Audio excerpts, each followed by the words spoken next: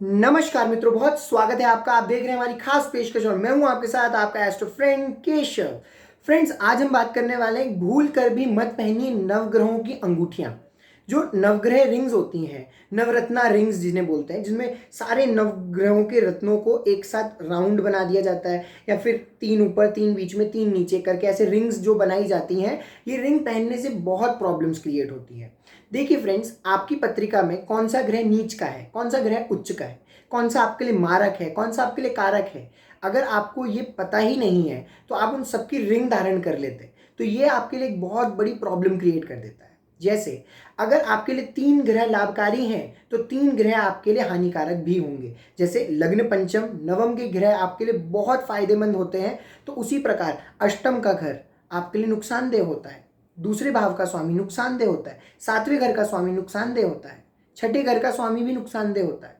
तो अगर आप अपनी पत्रिका में बिना देखे अगर आप नवग्रहों की रत्न पहन लेते हैं, और देखिए नवग्रह रिंग कभी नहीं पहननी चाहिए, चाहे पत्रिका में सूट करे चाहे ना करे। पहली बात, सूट तो करेगा नहीं, क्योंकि कुछ रत्न होते हैं जो कि वर्जित हैं। जैसे धनु लग्न में नीलम नहीं पहना जाता, धनु लग्न में मोती पहना जाता है, अष्टम का स्वामी है पर फिर भी मोती पहना जाता है अच्छे वैवाहिक जीवन के लिए, उसको गणना करनी पड़ती है तब जाकर। पर धनु लग्न में नीलम बिल्कुल वर्जित है, धनु लग्न में नीलम बिल्कुल नहीं पहनाया जाता।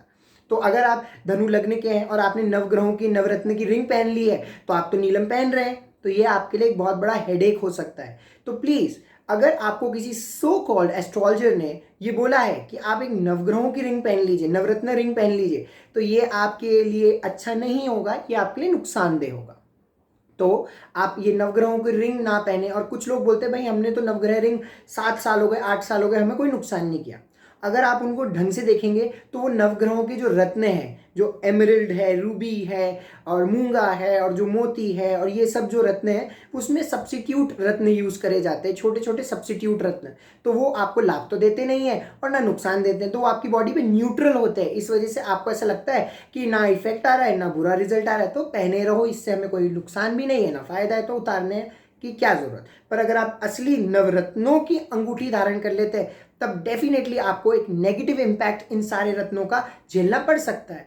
अगर रूबी के साथ आप हेसोनाइट या फिर नीलम पहनेंगे तो एक प्रॉब्लम क्रिएट करता है। अगर आप पुखराज के साथ हेसोनाइट पहनेंगे, लहसुनिया पहनेंगे, गोमेद पहनते हैं, तो आपको नुकसान होगा। तो ऐसे ही आपको ध्यान रखना है, अपनी पत्रिका को ढंग से दिखाने के बाद ही आप रत्न धारण करें। आशा करता हूँ आज की जानकारी आपको अच्छी लगी हो तो प्लीज़ सब्सक्राइब करना ना भूलिए। और मेरे द्वारा अपनी पत्रिका का विश्लेषण कराना चाहते हैं, नंबर्स आपको डिस्क्रिप्शन बॉक्स में मिल जाएंगे। नमस्कार।